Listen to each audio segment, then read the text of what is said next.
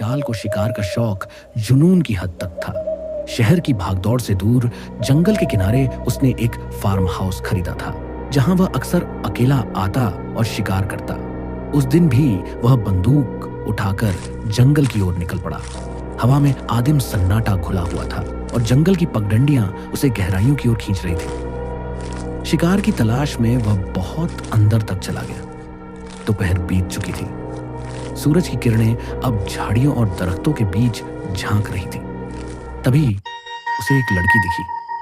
गहरी मरून साड़ी में लिपटी हुई, स्लीवलेस ब्लाउज उसके रूप को और उभार रहा था।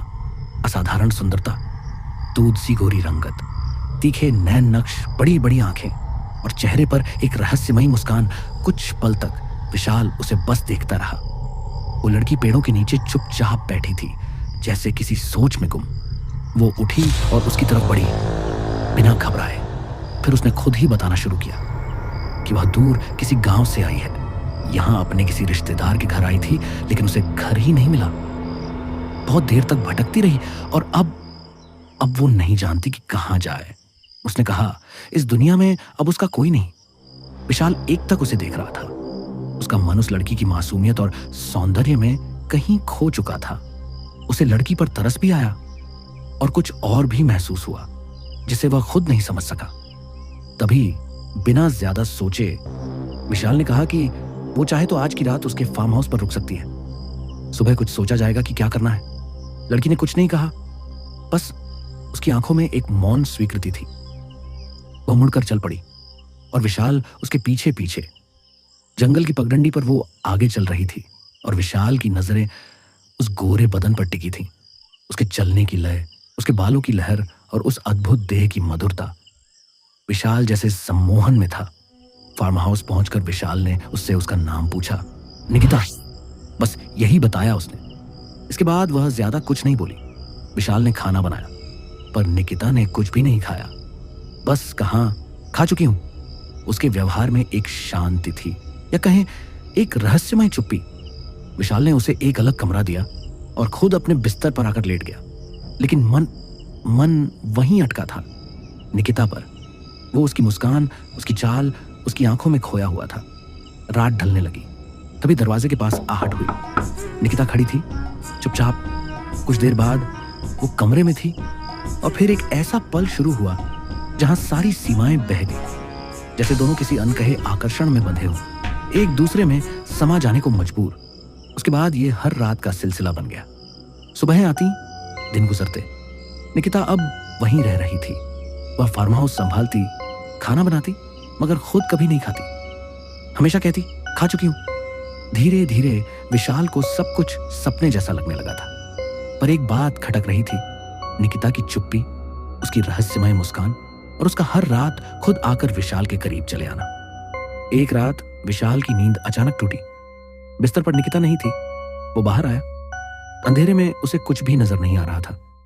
तभी पीछे से निकिता आई, जैसे अंधेरे से उभरी हो। और फिर एक बार फिर वो एक दूसरे में खो गए। पर अब जंगल की हवा में कुछ और भी था। कोई अनदेखा डर और परछाई। उस रात के बाद विशाल अक्सर नींद में चौंक जाता। हर बार जब उसकी आंख खुलती, निकिता उसके पास होती। कभी बिस्तर पर, कभी खिड़की के पास, कभी अंधेरे में, चुपचाप। वो मुस्कुराती, मगर वो मुस्कान अब मोहक कम और डरावनी ज्यादा लगने लगी थी। एक शाम बारिश हो रही, बिजली चमकी और उसी रोशनी में विशाल ने देखा निकिता आईने के सामने खड़ी थी, लेकिन आईने में उसकी परछाई नहीं थी। वो डर गया, मगर जब उसने फिर से देखा, निकिता हौले से मुस्कुरा रही थी, जैसे कुछ छुपा रही हो। उसने कुछ नहीं कहा और विशाल भी चुप रहा। अगले दिन फार्म हाउस के पुराने स्टोर रूम में विशाल को एक पुराना संदूक मिला। उसमें पुराने अखबारों की कटिंग्स थी, एक लड़की की मौत की खबरें। स्थानीय जंगल में एक युवती की लाश मिली, साड़ी में लिपटी हुई, चेहरा अधजला, पहचान नहीं हो सकी। शव के पास कोई भी नहीं था, मौत रहस्य बनी रही। फोटो धुंधला था, मगर उस साड़ी का रंग गहरी मरून। विशाल के हाथ कांपने लगे।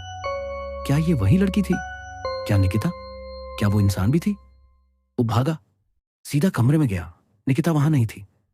तभी पीछे दरवाजे अपने आप बंद हो गए, खिड़कियां फड़फड़ाने लगी और कमरे में हल्की सी धुंध भर गई। विशाल पीछे हट रहा था और निकिता धीरे धीरे उसकी ओर बढ़ रही थी, एक ठंडी, शांत लेकिन अजीब भारी चाल से। उसकी आंखों में अब कुछ और था, जैसे सदियों की भूख, इंतजार और बदला सब एक साथ उमड़ आया हो। मैं कभी भूखी नहीं रहती, उसने दोहराया और फिर झुकी, जैसे जमीन की तरफ कुछ देख रही हो। विशाल कांप रहा था। उसने कांपती आवाज में पूछा, तो तुम कौन हो? निकिता ने उसकी आंखों में देखा और फिर कहा, जिस जंगल से तू शिकार करता आया है ना, उसी जंगल में एक बार कोई मुझे भी शिकार बनाकर छोड़ गया था। जिंदा जलाया गया था मुझे, और जब सब भाग गए तभी मेरी रूह यही भटकती रही, और फिर तू आया। उसकी आवाज अब गूंजने लगी, जैसे एक साथ कई आवाजें बोल रही हो, निकिता की, किसी और की और कुछ अधूरी चीखों की। विशाल की आंखों के सामने अब वो सारे पल घूम गए। उसका पहली बार मिलना, निकिता का रहना, उसका खाना न खाना, हर रात आना, ये सब कोई सपना नहीं था, ये एक जाल था। अचानक बिजली चली गई। फार्म हाउस में अब सिर्फ अंधेरा था। विशाल भागा, गलियों में, सीढ़ियों में, मगर हर मोड़ पर निकिता थी। कभी दीवार पर उल्टी छड़ी हुई, कभी छत से लटकती हुई, कभी आईने के अंदर। वो चिल्लाया, तू मुझसे क्या चाहती है? मैं मुक्ति चाहती हूँ, और वो सिर्फ तुझसे मिलेगी। तू अब भाग नहीं सकता। सुबह दरवाजा खुला हुआ था। पड़ोसी को शक हुआ, कॉल नहीं उठा रहा था विशाल। वो अंदर गए, घर खाली था, बस एक दीवार पर जलता हुआ नाम था, निकिता, और ठीक नीचे एक सड़ी हुई पुरानी साड़ी का टुकड़ा और एक अधजला फोटो फ्रेम जिसमें विशाल की तस्वीर थी, और पास में वही अखबार की कटिंग। अब वो जंगल खाली नहीं है। आज भी जो लोग उस फार्म हाउस के पास से गुजरते हैं कहते हैं, रात के वक्त खिड़की पर एक लड़की दिखती है, गहरे मरून रंग की साड़ी में, खाकी, और अगर किसी ने उसे देख लिया तो वो रात फिर कभी नहीं गुजरती।